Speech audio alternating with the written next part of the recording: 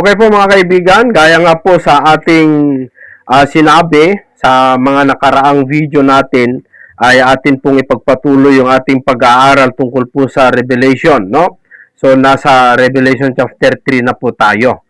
Mahaba-haba po yung ating lalakbayin dito po sa Revelation mga kaibigan. Pang-limang iglesia na po tayo. Natapos na natin yung 4 na iglesia, na yun po yung Efeso, Smyrna, Pergamo at saka Thyatira. So bawat iglesia na ating napag-aralan, ating nasuri mga kaibigan, nakita natin yung mga kahinaan ng bawat iglesia at yung kanilang kalakasan. At kung napansin po ninyo mga kaibigan, lahat po ng mga iglesia doon po sa Asia Minor na sinulatan po ng Panginoong Hesukristo ng Revelation ay nakita natin na lahat ng mga humahadlang sa kanilang pananampalataya, lahat ng kanilang kalaban spiritually ay yung mga Diyos-Diyusan. Na bawat iglesia mayroon pong mga Diyos-Diyusan. Pero iba-iba po ang kalakasan ng bawat iglesia. Gaya halimbawa yung Efeso. Yung Efeso po mga kapatid ay alam niya, no? Hindi basta-basta maloko ng mga mangangaral sapagkat alam niya yung mga aral ng Panginoong Hesukristo. Bagamat, ganun pa man, alam man niya yung mga aral, lumamig yung kanyang pag-ibig. Yun po yung naging kahinaan po, no? Ang Smyrna naman, mga kapatid, ay nakita natin na walang masyadong masama, no? Kundi sila po'y nananatili sa katapatan nila sa ating Panginoong Hesukristo. Bagamat gayon pa man, sinubok pa rin sila ng demonyo. Doon sa iglesia sa Pergamo, ang kakaiba rin dito mga kaibigan ay, alam nyo, doon sa Pergamo, umok ni Satanas o nandun po yung pugad ni Satanas, pero hindi basta-basta natisod yung mga iba, bagamat may mga humina sa pananampalataya dahil sa gawa ng mga Diyos-Diyusan, ng mga Romanong pagano, hindi po natinag o hindi po nabuwag ang iglesia doon, no, mga kaibigan. Sa Thyatira naman, mga kapatid, ay ganun din, no? So, bawat iglesia, nakita natin na mayroon pong mga humahad lang sa kanilang pananampalataya, gaya halimbawa yung mga Diyos-Diyusan.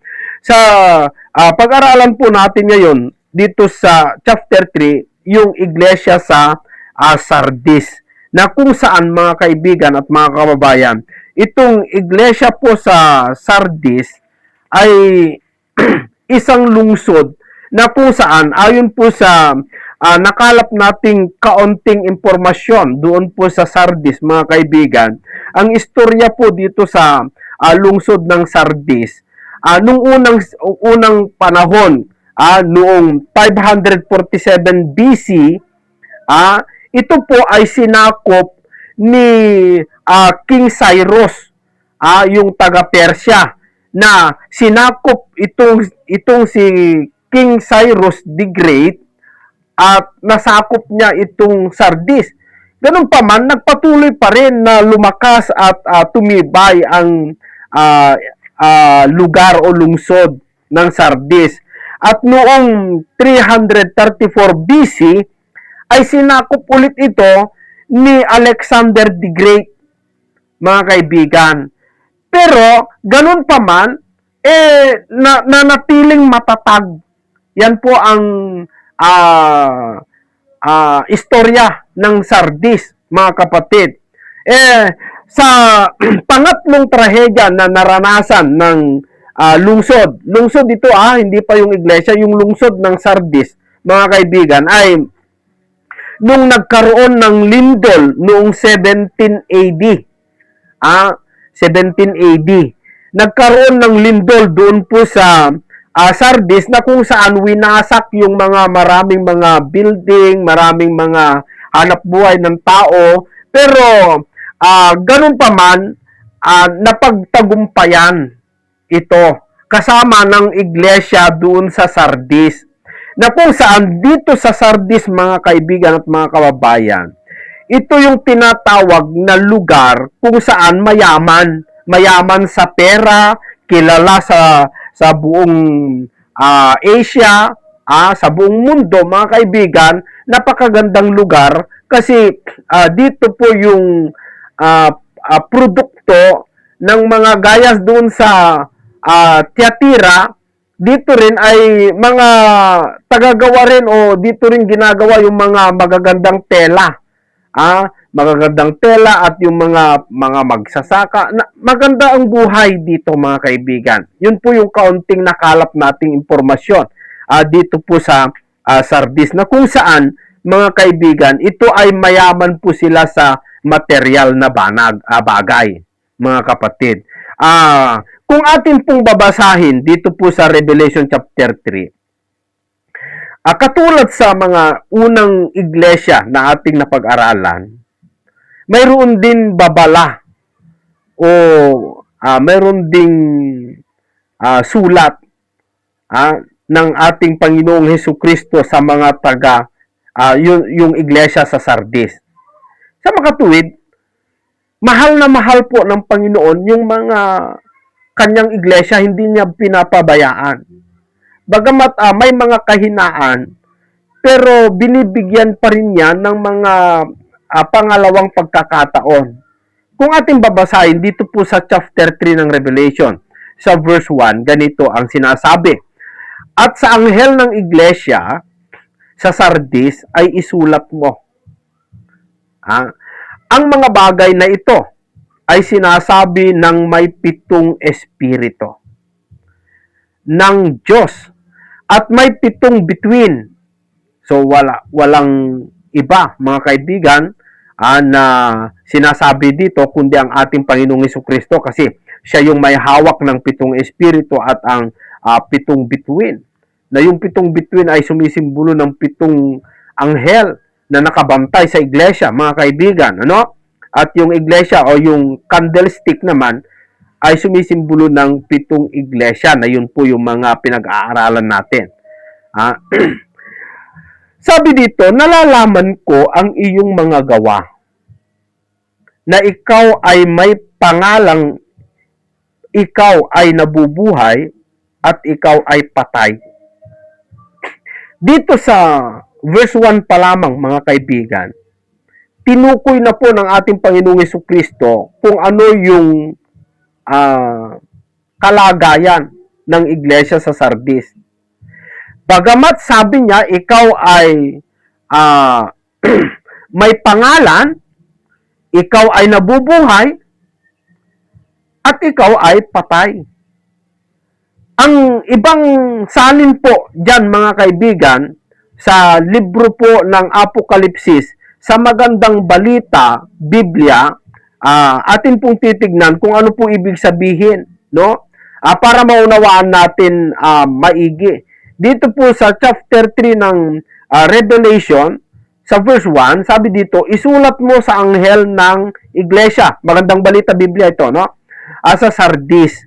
Ito ang sinasabi ng nagtataglay ng 7 espiritu ng Diyos. So, nasa kanya yung espiritu ng Diyos, or taglay-taglay niya yung espiritu ng Diyos. Yung 7 espiritu ng Diyos. At ang 7 bituin, alam ko, sabi niya, ang ginagawa mo, ang alam ng marami, ikaw ay buhay, ngunit ang totoo, ikaw ay patay. So kilala, mga kaibigan, itong iglesia sa Sardis, kilala ng mga tao, kilala ng buong lungsod. Itong iglesia sa Sardis, kilala sa buong daigdig, mga kaibigan. Kasi nalalaman ng tao na ikaw ay buhay, sabi niya, ngunit ikaw ay patay. Anong ibig sabihin nito? Sa Panginoong Diyos po, mga kaibigan, sa Panginoong Hesukristo, walang lihim sa Kanya kasi taglay-taglay niya yung 7 espiritu ng Diyos eh. Yung 7 espiritu ng Diyos, yun po yung, kung babasahin natin sa Revelation, yun po yung 7 mata na nakalagay sa, nakakalat sa buong daigdig. 7 mata ng Diyos. Na yun ay taglay-taglay ng ating Panginoong Hesukristo. Sa makatuwid, ang Panginoong Hesukristo, alam niya, nakikita niya yung mga gawain ng mga tao, lalong-lalo yung kanyang iglesia. Doon sa Sardis, alam niya, bagamat ikaw ay may pangalan o tanyag, kilala sa buong lungsod, na ikaw ay mayaman, ngunit ikaw ay patay. Ano ibig sabihin nun, mga kapatid? Sa Biblia po, kung atin titignan, mga kaibigan, meron pong sinasabi dito po sa unang Timoteo. Lilipat muna tayo ng talata, mga kaibigan. Sa unang Timoteo, Kapitulo 5, sa versikulo 6, na ganito po ang sinasabi. Datapot ang nangagpapakabuyo sa mga kalayawan, bagamat buhay ay patay. Ito po ang ibig sabihin ng Panginoong Hesukristo doon po sa iglesia sa Sardis, na bagamat kilala, tanyag, bantog sa buong lugar, buong lungsod, itong iglesia sa Sardis, mayaman, maaring maganda yung kanyang kapilya, yung building na napakaganda, malilinis, maaring ito ay punong-puno ng ginto, punong-puno ito ng mga dekorasyon na napakaganda, may mga aircon, maaari, parang ganon, kung atin pong i-describe yung itsura niya, kasi kilala ng buong lungsod, buong mundo, na yung kanilang mga iglesia o yung kanilang mga building ay napakaganda, mga kapatid, kilala. Pero, patay. Sabi dito, ang pag-describe ni Pablo doon sa mga tao, no? Sabi niya, datapwat ang nangagpapakabuyo sa mga kalayawan, bagamat buhay ay patay. Ganito ang sitwasyon doon sa Sardis. Itong Sardis, mga kaibigan, itong iglesia na 7 na iglesia na sinulatan ng Panginoong Hesukristo sa Revelation, sila po yung sumisimbolo o nagre-represent, ipinapresenta nila o ipinapakita nila yung itsura ng mga iglesia ngayon, yung mga mananampalataya ngayon. Walang tinutukoy kung anong klaseng iglesia ito, o anong klaseng relihiyon ito, anong sekta ito, pero sumisimbolo ito sa mga iglesia, mga churches ngayon, mga kaibigan, na pagandahan ng building, pagandahan ng kapilya, paramihan ng miyembro, pero kung titignan mo, patay sa aral. Parang ganito, mga kaibigan, kung atin pong basahin, dito po sa Lucas Kapitulo 8, yung parable ng ating Panginoong Hesukristo, no? Kung atin titignan dito sa versikulo 14, na ganito po ang sinasabi ng talata. At ang nahulog sa dawagan, ito yung pagtatanim ng binhi sa 4 na klaseng lupa, no, mga kapatid. At ito, sabi dito sa 14, at ang nahulog sa dawagan, yung binhi na nahulog sa dawagan, ay ito ang nangakinig, at samantalang sila'y nagsisiyaon sa kanilang lakad, ay iniinis sila ng mga pagsusumakit at mga kayamanan at mga kalayawan sa buhay na ito, at hindi nangagbubunga ng kasakdalan. Ganun po ang sitwasyon doon po sa iglesia sa Sardis, mga kaibigan. Nakikinig sila. Alam nila yung mga aral. Nakikinig sila sa salita ng Diyos. Masaya sila kung makinig. Always present sila sa church. Pumupunta sila linggo-linggo o baka may Webes pa. May Wednesday pa ang kanilang pagsamba, mga kaibigan. Pero Bagamat nakikinig sila sa aral, hindi nila isinasaulo. O maaaring yung naririnig nila o napapakinggan nilang aral ay hindi po tama. Yung aral na kanilang napapakinggan, hindi isinasabuhay.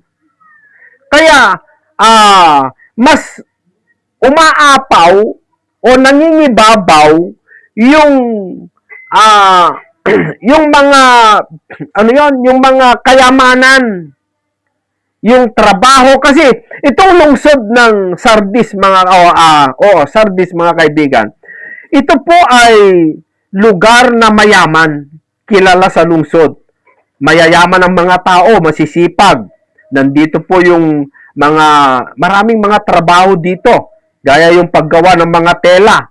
Alam nyo, yung mga tela na ginagawa nila, yung mga sikat na tela, yung mga ginagamit sa mga mansyon na bahay, yung mga kurtina na may mga ginto, may mga perlas, parang ganun, yung mga magaganda, magagarbong mga tela, mga kaibigan. Dito po nang gagaling, no? Katulad sa Tiatira, mga kapatid, mga kababayan. Kaya, yung mga tao doon ay mga mayayaman. Kumbaga, yung salita ng Diyos, hindi po mangibabaw, kundi ang nangingibabaw sa mga tao yung paghanap buhay, yung pagsasaka, abala sila sa mga paghanap ng kayamanan. Kaya ang sabi po ng Panginoong Jesucristo, nalalaman ko ang iyong mga gawa, na ikaw ay may pangalan, ikaw ay nabubuhay na marangya, at ikaw ay patay. Bagamat buhay na buhay, mayaman, maraming pera, maganda kapilya, pero patay naman. O ibig sabihin, mahina naman sa espiritual na buhay, patay sa gawaing espiritual. Hindi sila aktibo, hindi sila sumusunod doon sa mga aral, mga kaibigan at mga kababayan. Minsan sinabi po ng ating Panginoong Jesucristo dito po sa Juan kapitulo 6, no? Sa bersikulo 27, may sinabi si Kristo na ganito: magsigawa kayo hindi dahil sa pagkaing napapanis, kundi dahil sa pagkaing tumatagal sa buhay na walang hanggan, na ibibigay sa inyo ng anak ng tao, sapagkat siyang tinatakan ng Ama sa makatuwid bagay ang Diyos. Maliwanag po mga kapatid, ang tao na ang priority sa buhay ay yung kayamanan sa buong daigdig o dito sa ibabaw ng lupa. At mas importante sa kanila kaysa yung mga spiritual na bagay. Mas maganda o mas masarap sa kanila yung mga gawain na makamundo. Yung kalayawan, mga kaibigan, hindi nila inaasikaso yung mga pang-spiritual na bagay. Yun yung tinatawag sa Biblia na sila'y mayaman pero patay sa Diyos, sa harapan ng Diyos. Ito ay pinapakita na hindi porket mayaman ka sa buhay na ito, kinukonsinti ka na ng Diyos. Hindi tulad sa gobyerno po natin na kapag mayaman ka, kilala at ikaw ay mataas ang pinag-aralan, kilalang kilala ng mga tao, parang yung gobyerno natin ay parang kinukonsinti ka o pinapaboran ka. Pero sa mata ng Diyos, hindi, mga kaibigan. Bakit ayaw ni Kristo na pag-abalaan natin yung mga bagay na dito sa lupa, mga kapatid? Kasi, ayon kay Apostol Pablo, sabi niya, dito sa ikalawang Korinto kapitulo 4 sa versikulo 18, samantalang kami ay nagsisitingin, hindi sa mga bagay na nangakikita, kundi sa mga bagay na hindi nangakikita. Bakit? Sapagkat ang mga bagay na nangakikita ay may katapusan. Datapwat ang mga bagay na hindi nangakikita ay walang hanggan.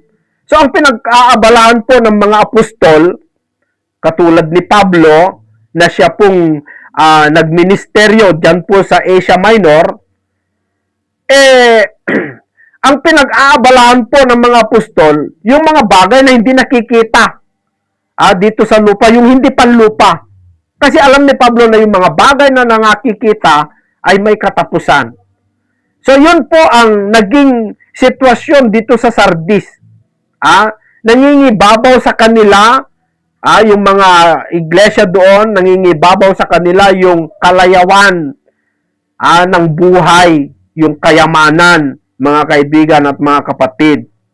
Kaya, bagamat may pangalan ka, sabi ng Diyos, o bantog ang gawain mo, o mayaman ka, pero ikaw naman ay patay. Sa harap ng Diyos, patay ang iglesia doon, no? Sa verse 2, magpuyat ka. Ito yung kanyang second chance, no? O yung paanyaya, no? Sa iglesia sa Sardis. Sabi niya, magpuyat ka at pagtibayin mo ang mga bagay na natitira na malapit ng mamatay. Sa makatuwid, hindi pa lubos na nawala yung paniniwala ng mga taga-Sardis sa ating Panginoong Jesucristo. Bagamat nangingibabaw ang kayamanan, meron pa rin kaunting naiwan na kanilang paniniwala sa ating Panginoong Jesucristo, mga kaibigan at mga kapatid. Sabi dito, magpuyat ka at pagtibayin mo ang mga bagay na natitira na malapit ng mamatay, sapagkat wala akong nasumpungang inyong mga gawang sakdal sa harapan ng aking Diyos. Mantakin mo mga kaibigan, no? Yung mga ginagawa nila, bagamat mayaman po, maganda kapilya nila, ay hindi po umabot o hindi po nakakarating, hindi nakakasakdal doon sa harapan ng Diyos yung kanilang ginagawa, no? Isa pa sa mga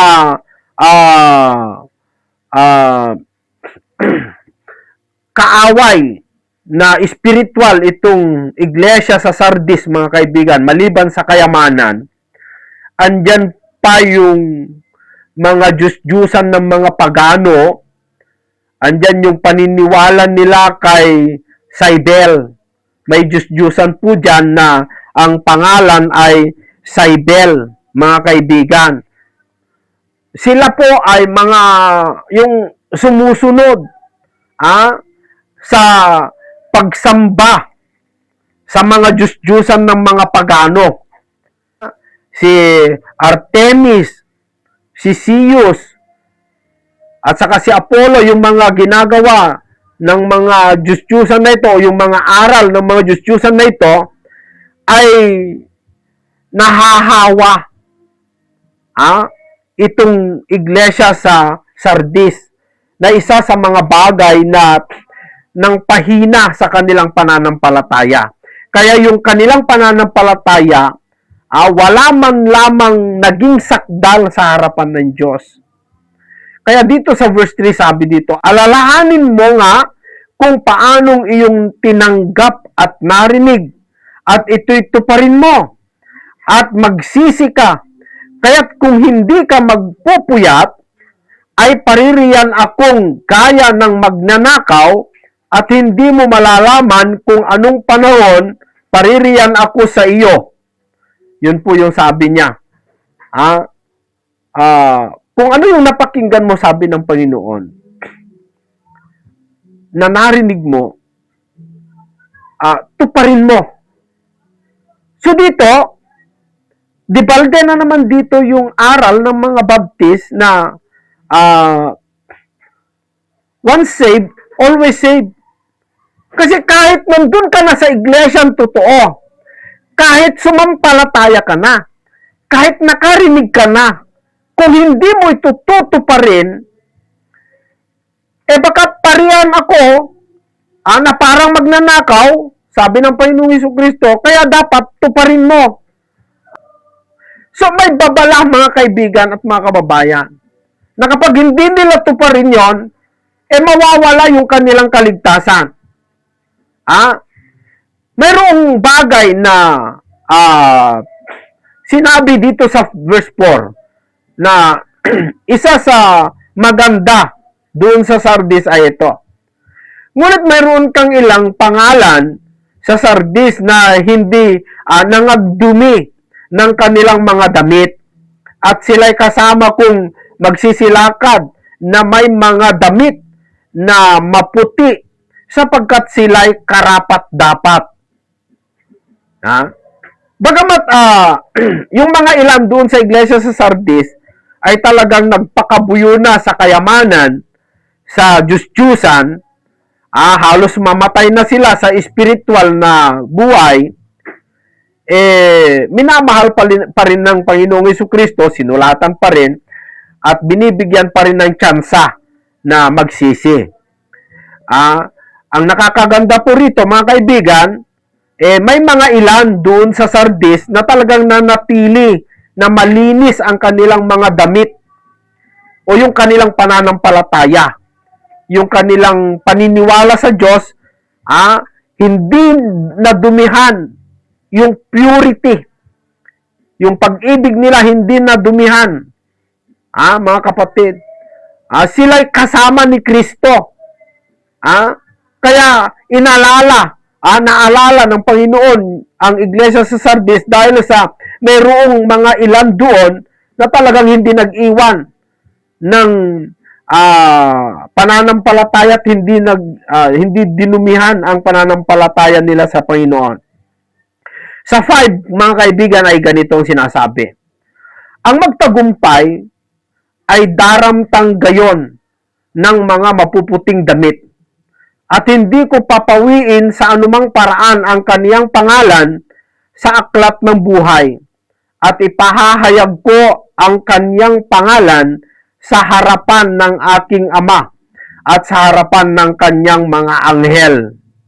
Ang may pakinig ay makinig sa sinasabi ng Espiritu sa iglesia. Yun po. Dito po tayo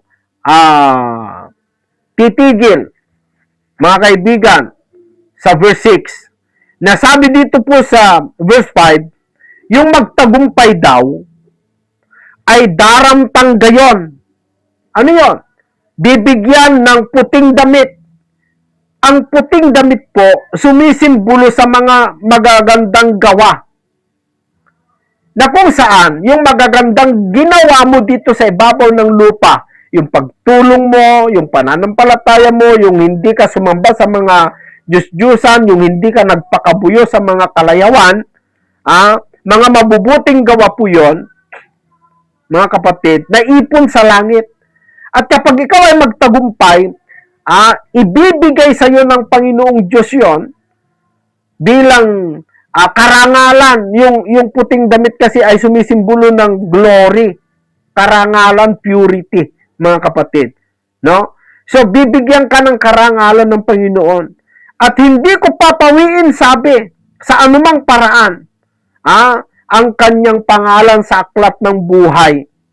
At isa pa, ang nakakaganda pa, at ipahahayag ko ang kanyang pangalan sa harapan ng aking Ama at sa harapan ng kanyang mga anghel. So si Kristo po mismo ang sa iyo? Mag-testify, magpapatotoo, na ikaw ay naging matuwid. Ipagmamalaki ka niya sa harapan ng kanyang Ama at sa mga anghel. Ang ganda, no? Ang ganda. Kung atin pong ilalarawan, parang graduation na kung saan tumanggap ka ng parangal sa iyong pagtatagumpay, sa hirap na iyong naranasan sa buhay, sa iyong pananampalataya, marami kang naranasan na katitisuran, pagkatisod, pero napagtagumpayan mo, bibigyan ka ng karangalan ng Panginoon. Wow! Ang ganda, ang sarap. Yung magtagumpay. Pero yung hindi magtagumpay, siyempre natural. Tatanggalin niya yung pangalan. So, ibig sabihin, yung pangalan natin doon sa langit, na nakasulat, na isusulat po ng Diyos, kapag ikaw ay sumunod, sumampalataya sa Kanya, may tendency na matatanggal po yun, maaalis. Sino mag-aalis? Alam mo, ang Diyos po may kapangyarihan mag-alis doon. Pero hindi niya aalisin yon kung hindi dahil din sa atin. Sa makatuwid, tayo ang dahilan kung bakit matatanggal o maaalis yung kaligtasan natin. Sabi ng mga baptist, yung mga ilang baptist, yung mga pati yung full of grace, na wala daw makakapagtanggal ng pag-ibig ng Diyos sa atin kahit daw tayo. Mali po yun. Tama, totoo yung sinasabi, yung ginagamit nilang talata doon sa Roma 8. Yun po yung pinanghahawakan nila, mga kaibigan, na sinasabi, yan, sabi nila, walang makakapaghiwalay sa atin sa pag-ibig ni Kristo. Kundi, ang Diyos po ay hindi niya tatanggalin yung ating kaligtasan kasi walang makapaghiwalay. Kahit ikaw, sabi nila. Mali po yun. Kasi,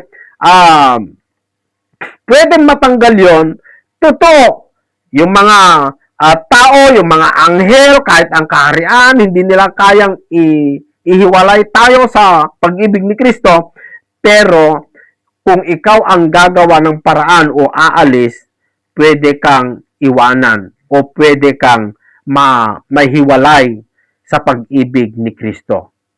Yan po, mga kaibigan. So, sa susunod, mga kaibigan, ay pag-aralan din natin, isunod natin yung iglesia dito sa Revelation, yung iglesia sa Philadelphia. Ito po yung pang-anim, mga kaibigan. So, malapit na tayong matapos sa 7 iglesia. So, sana po ay nakita natin yung kalagayan natin bilang iglesia ng Diyos, bilang templo ng Diyos. Sana ay nakita natin yung ating kalagayan kung ano yung klase, saan tayo, o anong klaseng iglesia tayo o templo tayo ng Panginoon. Maraming salamat po.